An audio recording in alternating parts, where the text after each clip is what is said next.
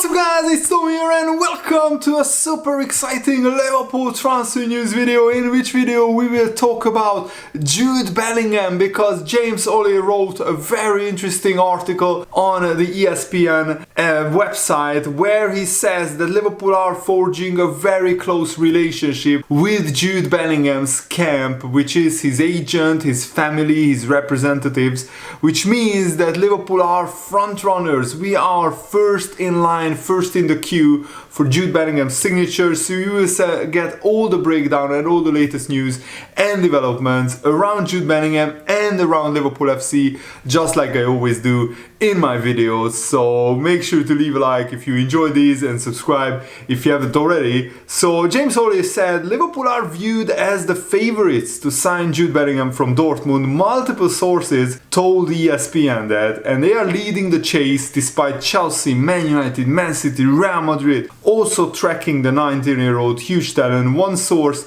connected to a rival bidding club believes that Liverpool are forging a close relationship with Bellingham's representatives and Bellingham's camp, which could prove a significant factor when Bellingham decides to choose his next club. And if Liverpool could make the top four, I think we would have as good a chance as anyone to get Jude Bellingham, because Jurgen Klopp haven't spent that much money when it comes to transfer fees in the past 2 years, probably in preparation for Liverpool signing a huge player, a huge midfielder. Another source said the broad framework of a deal to take Bellingham to Anfield may even be advancing, although both Bellingham and his father Mark have previously publicly dismissed the idea that a decision on his next club has been made. Even a possible January transfer has been mooted by ESPN, but we would certainly call that into question. Dortmund are expected to allow Bellingham to depart either in January or far more likely next summer, and the most obvious glimmer of hope for Liverpool's rivals comes in the Bundesliga club's valuation. So this article and ESPN are suggesting that if Dortmund value Bellingham at close to 150 million euros, then maybe Liverpool will be priced out of the running. Liverpool will definitely need to probably pay more than 90 million pounds for Jude Bellingham, which will make Jude Bellingham the biggest transfer in Liverpool's history. And if Bellingham has a remarkable World Cup campaign, if he scores 3-4 goals at the World Cup, or he has amazing performances, and if England go far in the World Cup semi-final or final, or dare I say win the World Cup, then Jude Bellingham's price will skyrocket even more. And that's not what Liverpool want to see, of course, because that could price us out of the running. What is certain is Liverpool need to sign a midfielder in January, and we need to sign another midfielder in the summer. But if Naby Keita and Oxlade-Chamberlain and Bobby Firmino run down their contracts and leave Liverpool next summer, then we could even need 3 midfielders in the next 12 months. Liverpool definitely want to revitalize their midfield, and they opted against making a big money move in the summer because their primary transfer targets were not available, or in the case of Tchouaméni, he chose Real Madrid. So Liverpool chose to wait for Bellingham. The big question is, will it backfire? Will Liverpool get Bellingham, or will other clubs' bidding war prize Liverpool out of the question? Let me know what you think in the comments below. I would love to hear your opinion. Liverpool are willing to commit a huge transfer fee to sign Jude Bellingham, but it all depends on whether Liverpool can make the top 4 or not. The problem is that Man United tried to sign Bellingham 2 years ago before he went to Dortmund. Even Real Madrid are interested in him because they want to replace Modric or Toni Kroos with Bellingham. Real Madrid know they face very stiff competition for Bellingham, but they consider signing Bellingham a top priority. But they already signed Camavinga and Tchouaméni for a big amount of money in the last 2 summer transfer windows. So we will see whether they could get Bellingham, but they already have Valverde, who is doing incredibly well. He scored another absolute banger against Celtic in Real Madrid's 5-1 win in the Champions League. Real Madrid are also aware that Liverpool also want Bellingham, but believe they are in a strong position to acquire him because of the excellent relationship between Real Madrid president Florentino Perez and Borussia Dortmund CEO Joachim Watzke. But if somebody has a brilliant relationship with Dortmund, that's Jurgen Klopp. So I don't buy into this. And Neil Jones, who is a Liverpool correspondent working for Goal.com, he said that Liverpool are in the race to sign Bellingham.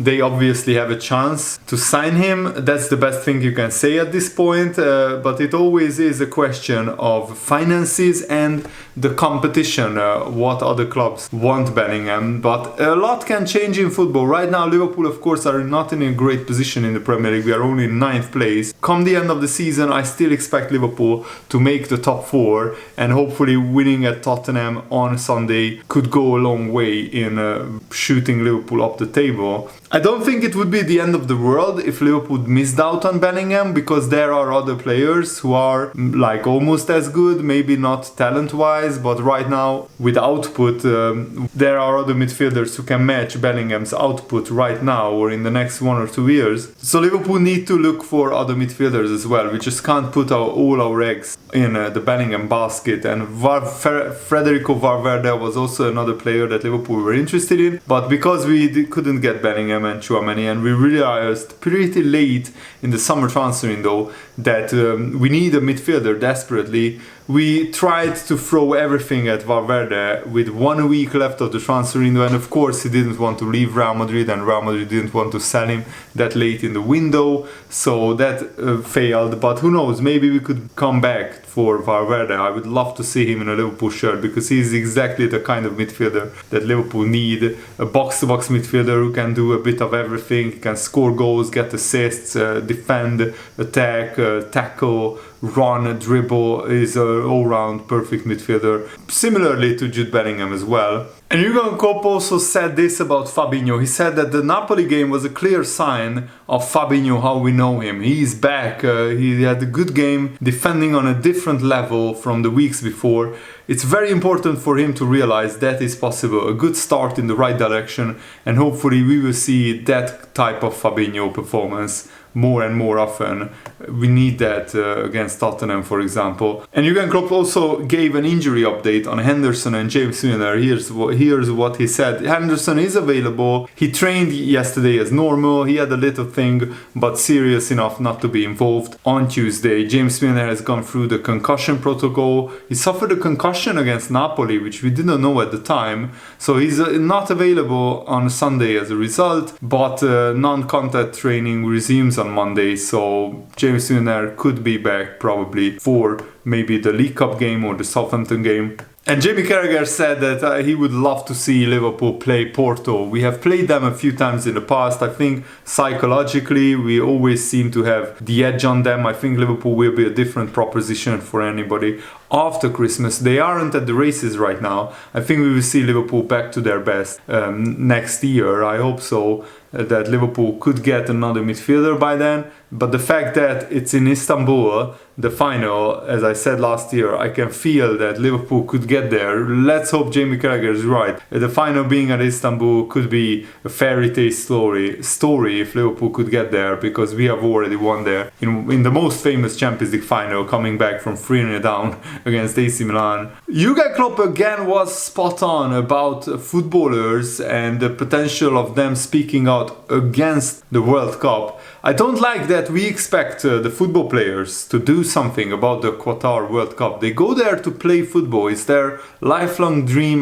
their lifelong ambition to represent their country at the World Cup. It's not about this generation's players to say now that we don't go or we don't do that. The decision to hold the World Cup but in Qatar was made by other people. And if you want to criticize anybody, criticize the people who made the decision. That's spot on, and this is my opinion. I think the people who voted for, Qatar, all of them are in jail or are already were in jail or were prosecuted. It was a bribed vote. It was an absolute farce. And how the World Cup vote wasn't replayed is an absolute travesty. And FIFA and UEFA are a corrupt organization. And my only hope is that the World Cup goes by without any incidents, because if there are major incidents, then it will tarnish the football and the football's reputation and the World Cup's reputation, and that's not what we want to see, to be honest. But you can't give the World Cup to Qatar when the voting people who voted were absolutely bribed, and it was confirmed by many investigations. So let me know what do you think about all the things that we talked about in this video, and thanks for watching. Hope you enjoyed this. Have a nice day. See you later. Goodbye.